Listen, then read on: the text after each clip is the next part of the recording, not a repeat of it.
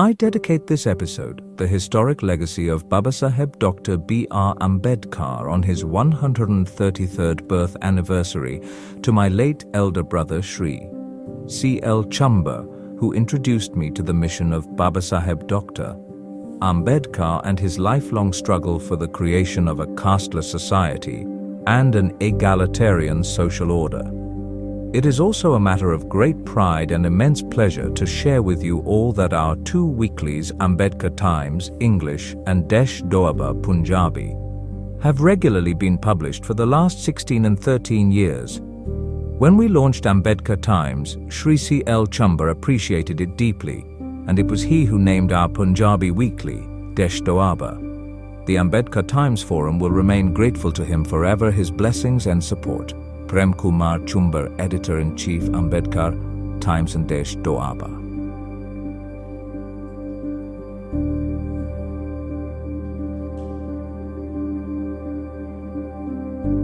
पुणे से 30 किलोमीटर दूर स्थित तलेगांव दाभड़े नामक गांव में एक बंगला है जो डॉक्टर B.R. अंबेडकर जी की विशेष यादों को अपने दीवारों में समेटता है।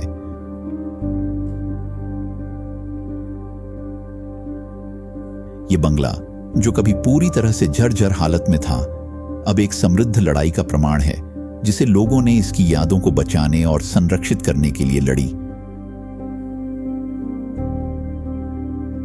इस बंगले का एक बड़ा टुकड़ा उन्होंने अंबेडकर जी द्वारा एक विश्वविद्यालय के विकास के लिए धारण किए गए जमीन का हिस्सा था।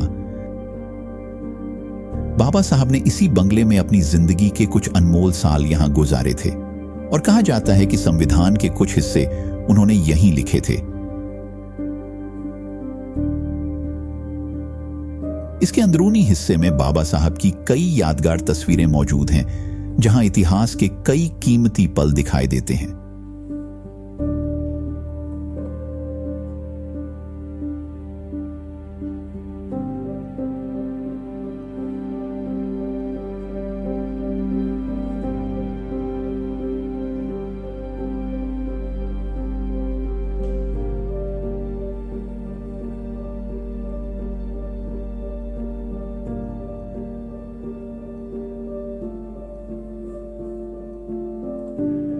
आज इस बंगले में कई छात्र रोज आकर अपने सुनहरे भविष्य के लिए पढ़ाई करते हैं। साथ ही कई लोग दूर दूर से यहां आते हैं और बाबा साहब की इस धरोहर को देखकर अपने आत्मविश्वास को जीवित करते हैं। बाबा साहेब अंबेडकर जी का तलेगांव में एक विश्वविद्यालय स्थापित करने का सपना आज तक अधूरा ही रह गया है।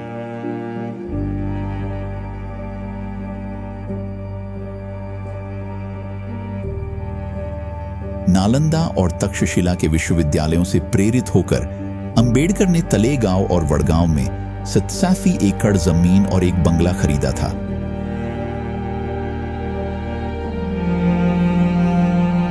आज सपने का केवल एक टुकड़ा और विश्वरत्न डॉक्टर बाबा साहेब अंबेडकर स्मारक समिति को स्मारक बनाने के लिए पर्याप्त भूमि खोजने में संघर्ष का सामना करना पड़ रहा है।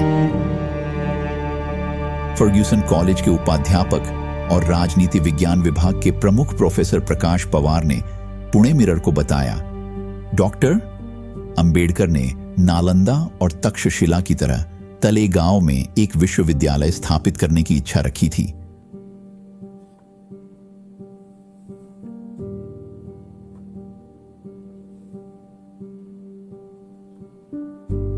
(1948) में उन्होंने इस उद्देश्य के लिए भूमि खरीदने की कोशिश की थी।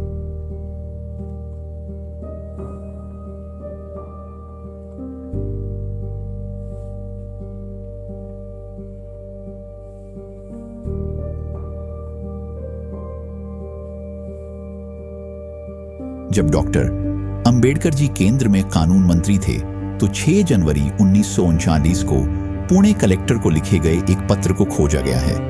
इस पत्र में अंबेडकर जी ने इंदुरी तलेगांव के डाभड़े किले को खरीदने की इच्छा व्यक्त की थी।